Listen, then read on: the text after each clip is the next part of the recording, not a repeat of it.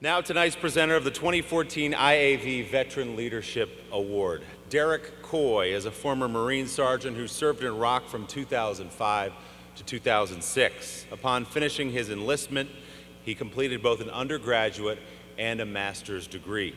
Through his work with IAVA for the past few years, Derek has been an ardent and impactful advocate for his fellow service members. We're honored to have him here tonight, and I must say, he's got the finest porn stash this side of Ron Jeremy. Derek, come on up, buddy.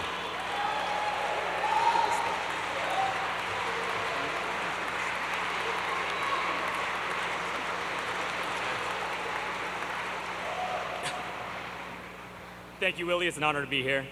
I joined the Marine Corps in 2004 to follow in my dad's footsteps. The next 4 years of my life were crazy and sent me all over the globe. I spent a year in Al Anbar province in Iraq. I spent another year all over Southeast Asia aboard the USS Essex, and plenty of time in sunny San Diego in between, so it was really nice for me.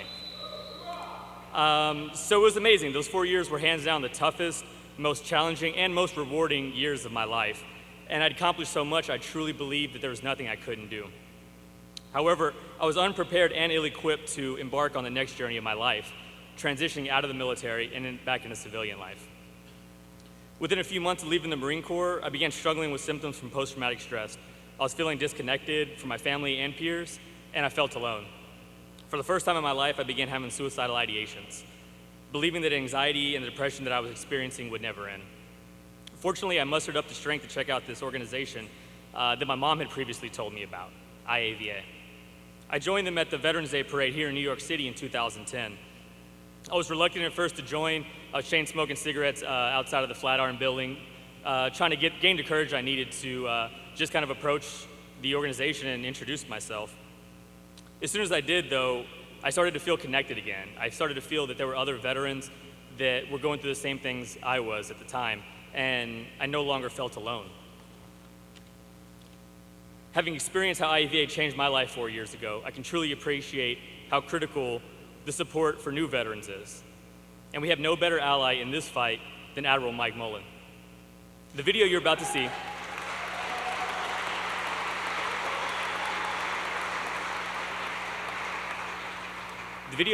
captures only a fraction of what Admiral Mullen has done for myself and my generation of veterans, but it offers a glimpse into the incredible lifetime of his service to others.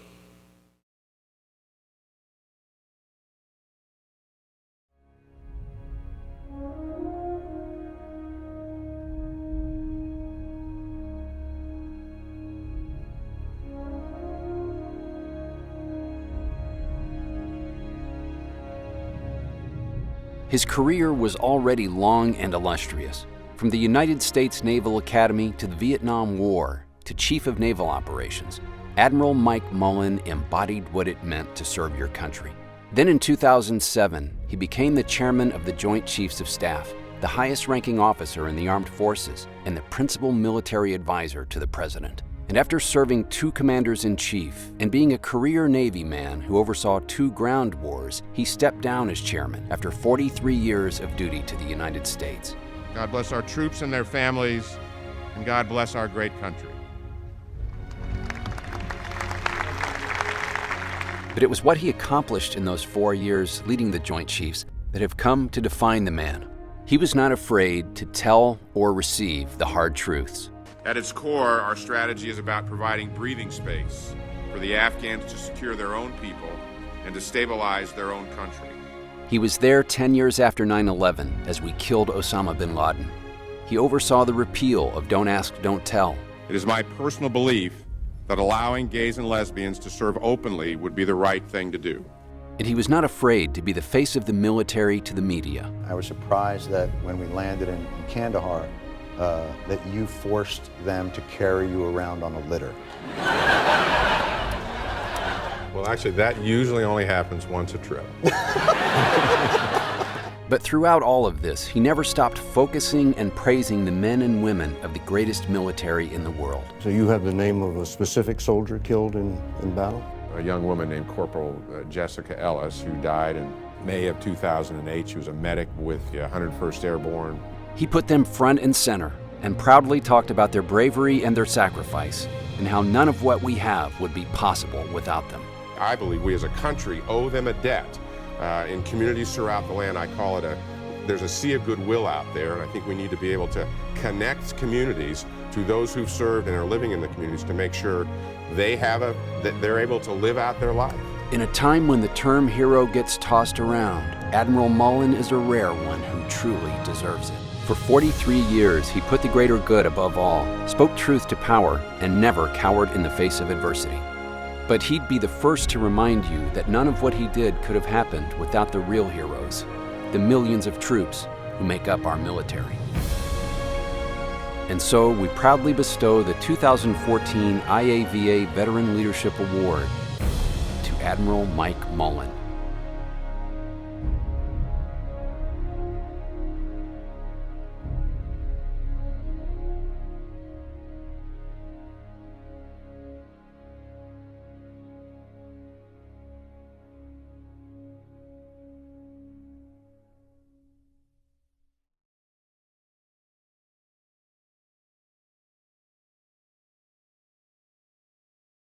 From having the pleasure of serving under you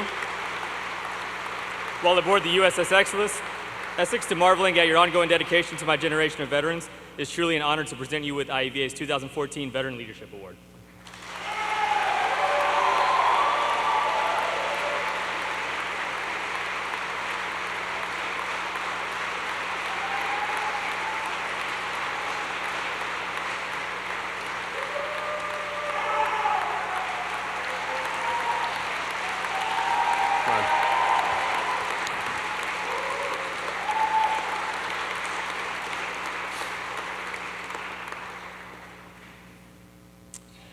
Thank you. When Paul asked me or told me that I was the recipient, I'm not really overly enthusiastic about awards. Actually, the instructions were glad to do it. I really receive it in the name of veterans, having nothing to do with me. Rykoff, being who he is, ignored that completely. I get asked in this chapter of my life if I miss it. And I say, have you read the papers lately? Are you kidding me? But what I miss, and actually what we miss, and I'm here with my wife, Deborah, who's been with me for 44 years.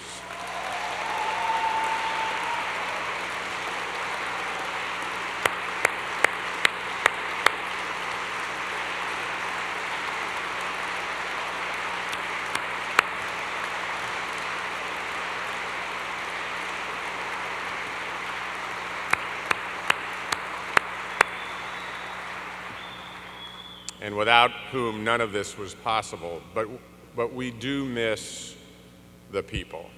We do miss those that we felt that we were so fortunate to be able to serve with and lead in good times and in bad times. And that is so reflective of what I see here, what we see here tonight. So it is, in many ways, to Paul and your team, it's great to be back, and it's very special that you would honor us and all veterans, particularly this week. I want to thank Paul, and a lot of people have done that, so that's enough of thanking Paul. But I really want to thank his team. I know enough about IAVA to know that they have a great leader, but they also have a great team. And without that team, as is the case in any unit, we wouldn't be here tonight. And IAV would not have had the impact that it's had for so long. So to all of you who serve inside IAVA and support IAVA, I want to express my gratitude for that.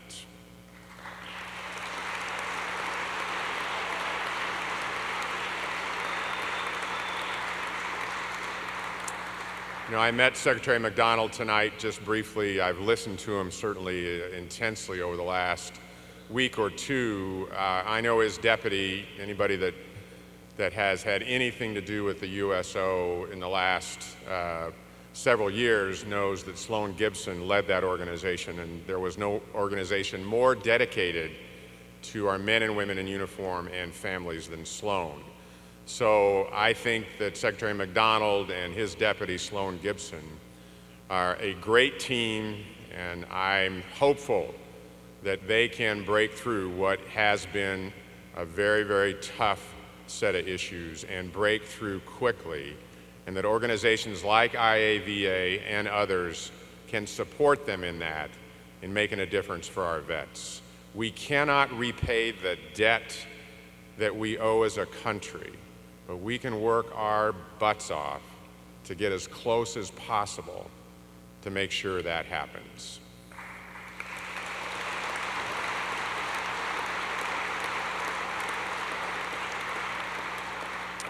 Just a couple of stories over the last week that I've been involved in, and I think it's 10 years for IAVA, and that's terrific, but there are 10 more, and there are 10 more, and there are 10 more after that. This is chapter 1. Our vets are coming home in their mid-20s. They're going to live until they're well into their 70s and 80s. They're going to make such a huge difference in our nation. And the investment here will have to continue. And there will come a time when the Iraq and Afghanistan vets will be talking to other younger vets about what they're going through and making that connection. This week, I was a speaker at an interfaith breakfast at the National Cathedral. And it was a terrific event, and it was one that really focused on giving back to our veterans, and there was a significant number of leaders there. What struck me about that was not just that it occurred, because it was really a great event, but that it was the second interfaith breakfast. We have been at war, we are in our 14th year of war. And it just struck me that these great people, and they will celebrate, they're very proud of it, and that they're now focusing on that. And I just use that lag to try to make a point, which I will come to. Many of you, I'm sure, saw, maybe even went to the Concert for Valor.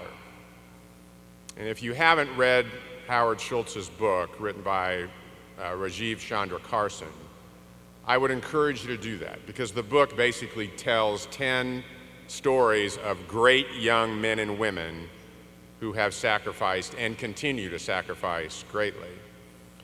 And what Howard Schultz talks about in the introduction of that book, and I give Bob Gates and Pete Corelli, who was a former vice chief of the Army, a great deal of credit, because Gates is on the Starbucks board, so he started talking to Howard Schultz about the quality of people that we have seen and we have served with, and that you are.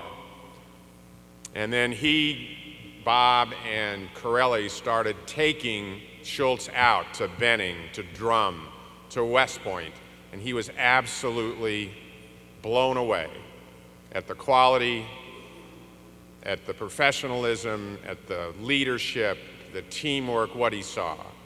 Now here is arguably one of the most successful business persons in the world, and he sees this about 2 years ago, again, 11 or 12 years into war. He is, thank the Lord, now seized with this.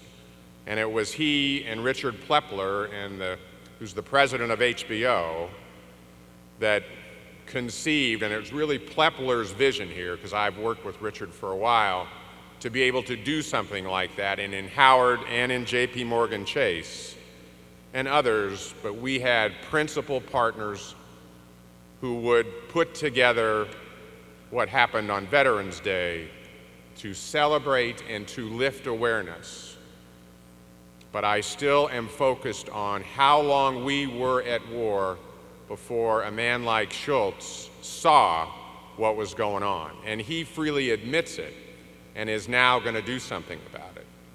And I say that because my biggest worry is, quote unquote, the wars are over come 31 December. They are not over. And if the American people, who didn't have to buy into these wars in the first place, and so few Americans know anybody in the military, if they are given a reason now to close that door, as small as it is to them, between our men and women in uniform, our veterans, and themselves, the veterans and our military will continue to drift away. So the task, Paul and others, is to make sure that doesn't happen.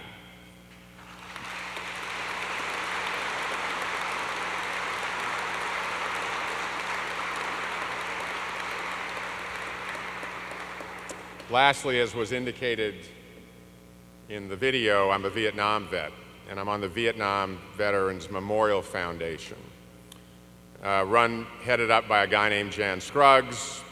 And Jan, some of you or many of you may know, Jan thinks he's Tom Cruise. He was played by Tom Cruise in the movie Born on the 4th of July.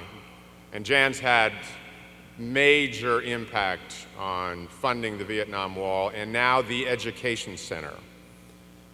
And there are two parts of that are really important.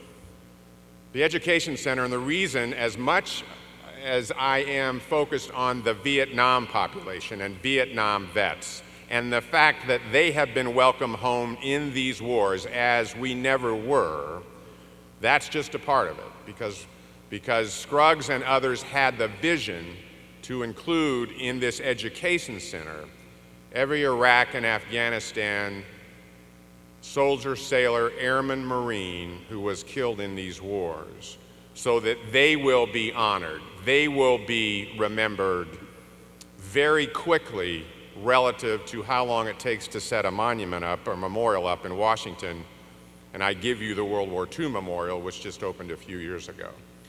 So it is their recognition in two ways. One, it's so important, and two, it is the connection between vets from other wars that has meant so much as well to vets from these wars. And as we were at this affair the other night, the group I actually worry about a lot that didn't even get mentioned at this affair are our Korean War vets who fought in the forgotten war.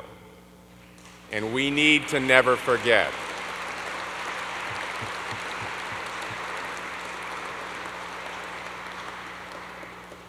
What inspires me and motivates me, and Deborah the same way, are so many moms and dads, brothers and sisters, children of those that we have lost, those families of the fallen. And the message we have gotten time and time again, please never forget.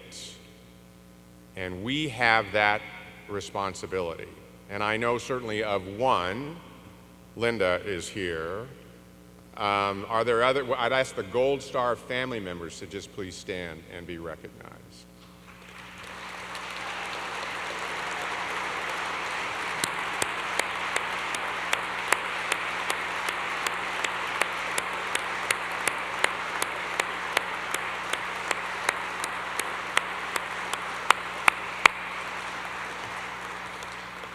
Now, I'm not in charge of anybody in this room anymore,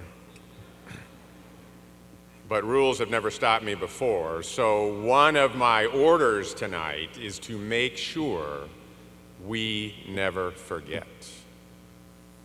You are so special. So congratulations to IAVA for everything that you've done. It's a good first quarter. We've got a lot more to do. God bless you. God bless our men and women who serve, our veterans, and God bless our country. Thank you.